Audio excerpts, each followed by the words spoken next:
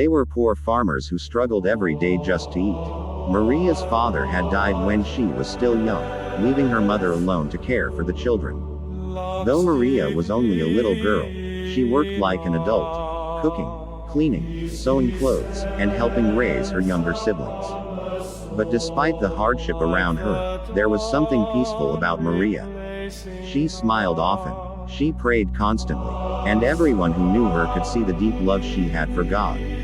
At night, while others slept, Maria would kneel quietly beside her bed, whispering prayers with the innocence of a child who truly believed heaven was real. But nearby lived a troubled young man named Alessandro. At first, Maria barely noticed the strange way he looked at her. She avoided him whenever she could and stayed focused on helping her family. But as time passed, Alessandro's thoughts became darker, and his behavior toward her grew more disturbing. Maria became afraid. Still, she continued to pray. One hot afternoon, Maria sat alone in the house sewing clothes while her family worked outside in the fields. The room was quiet except for the sound of thread passing through cloth. Then suddenly, the door burst open. Alessandro entered. There was anger in his eyes. Maria immediately sensed danger. He approached her and tried to force her into something sinful, but Maria resisted with all the strength her young heart could find. "No," she cried. "It is a sin. God does not want this."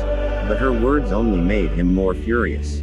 In a moment of terrible violence, Alessandro attacked her and fled, leaving the little girl wounded on the floor. When her family found her, panic filled the house. Maria was rushed to the hospital as quickly as possible. Doctors fought desperately to save her life, but the injuries were too severe. As she lay weak in bed, surrounded by tears and prayers, a priest gently leaned closer and asked her a question. "Maria, do you forgive the man who hurt you?" The room fell silent. The little girl opened her tired eyes slowly. And then, with a voice filled not with hatred, but peace, she whispered, "Yes, I forgive him. I want him to be with me in heaven." Those were among the last words she ever spoke. Not long after, Maria Ghoretti died. News of her forgiveness spread everywhere. People were shocked that such a young girl could show such mercy after suffering so much pain. Meanwhile, Alessandro was arrested and sent to prison. For years, his heart remained cold and restless. He became bitter and violent. But one night, everything changed. He had a dream. In the dream, Maria stood before him in a beautiful garden filled with light. She smiled gently and handed him white lilies, one by one. When he woke up, tears filled his eyes. For the first time since the attack, he understood the weight of what he had done, and the greatness of the forgiveness Maria had given him. That moment transformed his life forever. He repented deeply, returned to God, and spent the rest of his years seeking mercy and peace. Years later, when the Catholic Church declared Maria Ghoretti a saint, thousands gathered for the ceremony.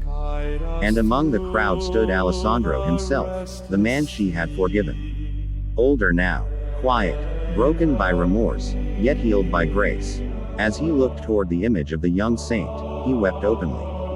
Because the little girl he once destroyed with violence had saved his soul with forgiveness. Hearts that search for peace, to the love that sets us free.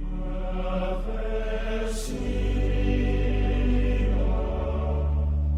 gratia plena,